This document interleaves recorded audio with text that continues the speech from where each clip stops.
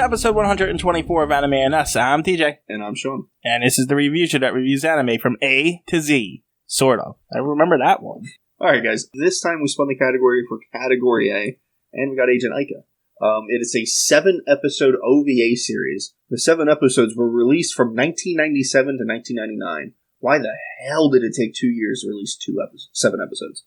That doesn't make any sense to me. Well, the first 4 were like one story, and then the last 3 were like separate episodes. So maybe, I don't know, they got 4 episodes and they were like, hey, make 3 more. Mm-hmm. So apparently there's also a prequel to this. Aika, a 3-part prequel OVA, Aika R16 Virgin Mission. We didn't watch that. I'm just throwing it out there that is the other parts of this show. So if we come around to it, we can probably watch that. There's a beginning to this? Prequel. This is the beginning. What we watched is the beginning. Oh, so they made a prequel after this. Okay, yeah. I see. And it looks like it came out in 2007, because look at the box art on that. It looks way newer. Yeah, our stuff came out in 97, so it's quite old. I don't think I've seen that in the list, honestly. So it's I've seen Aika R16. It might be under a different letter or category for some reason, but I've seen that for sure. Oh, okay. But whatever, we can find it later. You know what I mean? It's no big deal. We won't remember to find it later. I hope not. I truly do. R16 Virgin Mission. It's not making me very happy. There's just nothing pulling me to watch that. What? You don't want to see what happens in this story? So, premise is Aika Sumeragi, and the only reason why I know that's her last name is because I just read it. Oh, okay. Because I was pronouncing it in my head, I'm like, Sumeragi, that's how I do it. I was about to say, you don't even remember first names. How do you remember her last name? She's the only name I know for this, because part of the show's name. But, anyway, they were part of a salvage crew. Her, a girl, and then the boss. Then there's a guy that flies a plane with a partner. Mm-hmm. And they're a salvage crew. They go around the world salvaging stuff because there was an earthquake X amount of years ago. They put a lot of stuff underwater. That sunk Japan, yeah. But the guy that flies the plane is like a different salvage crew. Oh, okay, sorry. Yeah. So him and his partner, which is an old lady. Okay, I couldn't tell if it was an old lady or not. It was an old lady. I figured it out after a little while, but yeah, she doesn't look like it. Well, the guy flying the plane has a big hard on for Aika. Yeah, well, that's essentially the dynamic. Yeah, between them. He's one of maybe 3 male characters in this. 4. I'm sorry, 4 male characters in this. Him, the big bad guy, the dad, and then the work kid that joins the group. Afterwards. But yeah, so essentially they go out, they salvage things from the city or like a tanker or something like that, and then they sell it and make money on it. There's something called Lagu, which is energy. Is it Lagu? I thought it was Lagos. Or is Lagos Chrono Trigger? Man, I don't think it matters. I can't remember which. I think it's Lagu. I think Lagos is the end bad guy in Chrono Trigger. I think you're right there. I haven't played Chrono Trigger in a long time. Pretty sure you're right. Pretty sure it's Lagu for this. But there's information you can get about Lagu that sells for money, apparently. And then there's like the actual Lagu ore that is valuable too. So if you get either of those things, you can sell for a lot of money. And that's kind of what they're going after the first time. Mm-hmm. So the first 4 episodes is one long arc about them trying to get this Lagu, and apparently the salvage crew don't usually take these kinds of missions, which is, I guess, espionage and stuff. Yeah, I don't think it's actually espionage stuff. It just turned into that. I think they were just salvaging Lagu, and then shit went sideways because there's a evil organization that wants it. But there's a spy on the ship of the bad guys. Yeah, but I don't think that spy was working with them. No. I think that was just something. But that's what I mean. It was espionage. It turns into that, yes, but that's not what their job is. Their job isn't that. Their job is just go get the Lagu. Anyway, let's get this out of the way. Aika has a Sailor Moon transformation. Oh, and they never really explain it, other than it'll eventually kill you. No, she's got a Kill la Kill outfit, essentially. But so later on, the big bad girl gets one, and then she dies from it because it kills her, and Aika's like, you didn't know. Like Kill la Kill. Yeah, I guess. Essentially, you overuse it. Except for this version, well, I guess Kill la Kill's version stripped you down too. But this one, physically took your clothes off. It looks like it's creepy to watch. Because the thing, it's like a piece of metal in between her tits. And it turns into these, weird lanky arms that's going to cover her body as clothing eventually. But it has to take her clothes off first. So it's just creepy to watch her taking her panties off. So this anime is a bunch of panty shots, but story in between. Hundreds of panty shots. I've seen more panty shots in these 7 episodes than I've ever seen in my entire life. Uh-huh. Like, every camera angle is under a skirt. Everyone. Every single one. It's terrible. Every female character wears provocative clothing so you can get the shots. Yeah. And if they're not wearing skirts, they're wearing tight-fitted outfits like swimsuits and stuff. And sometimes they're just not wearing anything. Sometimes they're 100% naked. Yeah. Yeah, it was a weird one. Aika's naked quite often. Yep. Anyway, the first 4 episodes is they're trying to get Lagos, and then there's this guy with a creepy harem of women. One of which is the evil organization that wants the Lagos.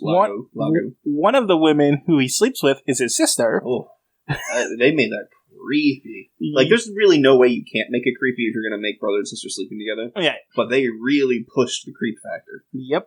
And every person that works for him is a woman in like these tight leather maid outfits. Yep, every single one. And they even talk about his harem a couple times. It's like a fourth wall break. Yep, it's kind of ridiculous. Yeah, it's definitely over the top, unneeded. Yeah, and no one asked for this. and of course, there's several times the girls end up in each other's crotches, and when they get in a fight and knocked out, they're on spread eagled, and really provocative situations that just are so abundantly unneeded.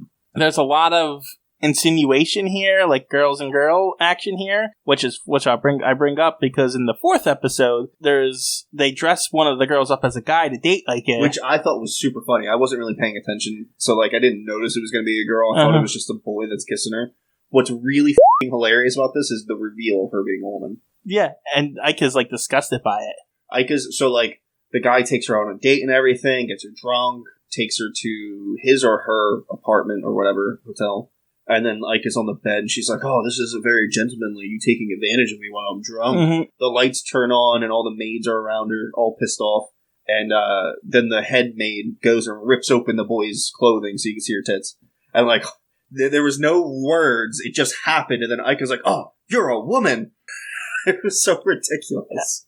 Especially the homophobia, and it was surprising considering. Yeah, it's very surprising. She was like disgusted that she kissed the woman. Yeah, it was really weird considering how much they were portraying it throughout the entire. And the bad guys have lesbian relationships. There's the two head ones have it, so it's like portraying it as bad.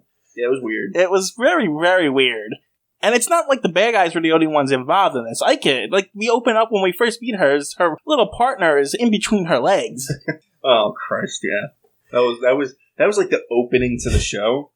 And we're like, oh, okay. Guess we know what this show's going to be about. That's exactly what it was about. Yep.